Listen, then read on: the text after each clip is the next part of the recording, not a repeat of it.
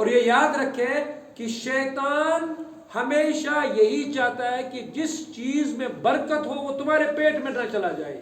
آپ صلی اللہ علیہ وسلم نے حکم دیا ہے کہ جس برتن میں آپ کھاتے ہیں اس کو اچھی طرح سے صاف کرو، پھر اپنی انگلیوں کو بھی چاٹو. اس میں دو حکمتیں ہیں. ایک تو یہ کہ نہ جانے کس دانے میں اللہ تبارک و تعالیٰ نے برکت رکھی ہوگی، اور اس برکت کی اس ایک دانے کی وجہ سے جو ہے انسان کی صحت بنتی ہے، اور انسان کے دل میں پھر اس کھانے سے نورانیت پیدا ہوتی ہے. اور دوسری حکمت یہ ہے کہ انگلی پہ لگا ہوا جو تھوڑا سا کھانا بھی ہے وہ بھی ضائع نہ ہو جائے. یہ اسلامی معاشرے کی اصل تصویر ہے کہ کھانے کا ایک ذرہ برابر بھی جو ہے وہ ضائع نہ ہو جائے.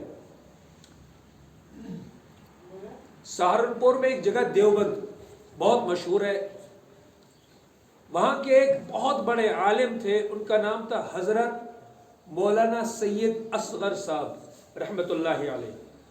اور اپنے جان پہچان کے لوگ انہیں میاں جی سے پکارتے تھے، میاں صاحب، حضرت میاں جی.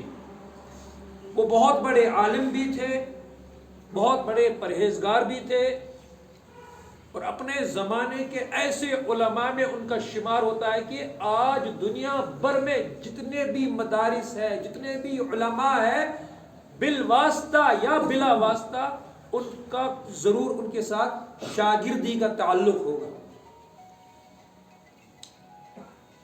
حضرت مفتی محمد شفیع صاحب رحمۃ اللہ علیہ، جو پاکستان کے پہلے مفتی اعظم تھے، وہ ان کے شاگرد تھے. ان کے یہاں آنا جانا تھا، ان کے گھر، وہ ان کے یہاں آتے جاتے تھے، اور ان کے ساتھ بڑی بے تکلفی تھی.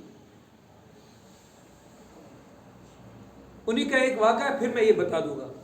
وہ فرماتے ہیں کہ ان کا جو گھر تھا حضرت مولانا اصغر صاحب کا، سید اصغر صاحب رحمۃ اللہ علیہ کا، وہ کچا تھا، اور برسات آتے ہی وہ جگہ جگہ ٹپکتا تھا.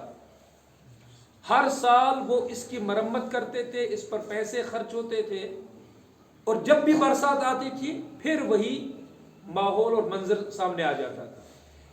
فرماتے ہیں حضرت مفتی صاحب، میں نے ان سے ایک دن عرض کی کہ حضرت آپ ہر سال اس پر پیسہ خرچ کرتے ہیں، کیا یہ صورت بہتر نہ رہتی کہ آپ دوبارہ اچھا پکا مکان بنا دیں؟ آپ کے پاس گنجائش ہے؟ تو وہ فرماتے ہیں کہ انہوں نے میرا ہاتھ پکڑا اور باہر نکال کے گلی میں کھڑا کیا، اور مجھ سے فرمایا بتاؤ بھائی اس محلے میں اور اس گلی میں کتنے لوگ پکے مکان میں رہتے ہیں؟ تو جب میں نے نظر دوڑائی تو وہاں پر سارے کے سارے کچے مکان تھے، پکا مکان ایک بھی نہیں تھا. تو حضرت نے فرمایا ذرا آپ ہی بتاؤ، میں ایک پکا مکان بنا کر یہاں کیسے لگوں گا؟ کیسے میں یہ گوارا کروں کہ میرے سارے محلے کے مکان کچے ہیں اور میں پکا بنا لوں؟ اور مجھ میں اتنی طاقت نہیں ہے کہ میں سب کے مکان پکے بنا لوں. لہذا جیسے یہ رہتے ہیں میں بھی ویسا ہی رہنا. اتنی سادگی تھی اور اتنا خیال تھا. بہت بڑے عالم ہونے کے بعد اس قدر سادگی تھی کہ لوگوں کے گھروں میں اگر کبھی سبزی لانی ہوتی تھی تو یہ خود چلے جاتے تھے. اتنا مقام تھا اور سادگی کا عالم یہ تھا.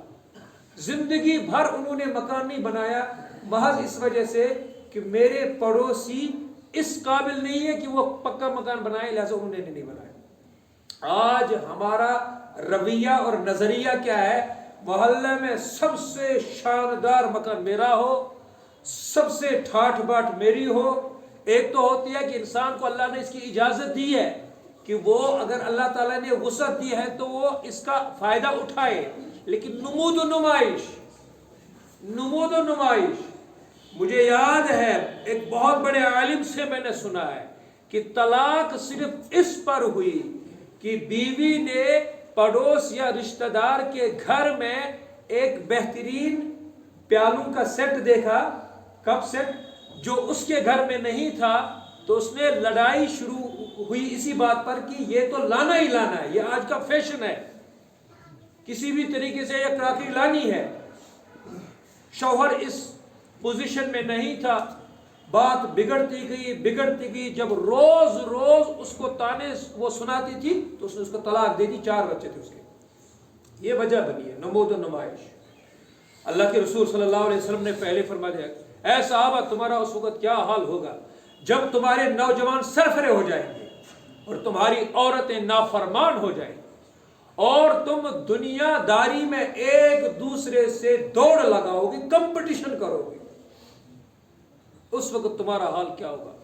اس وقت تم پر دوسرے لوگ جو ہے وہ تمہیں ایک تر لقمہ سمجھ کر کھا جائیں گے اور تمہیں اس کا اندازہ بھی نہیں ہوگا، تم بس دنیا داری میں پڑے رہو گے اور تم مٹ جاؤ گے۔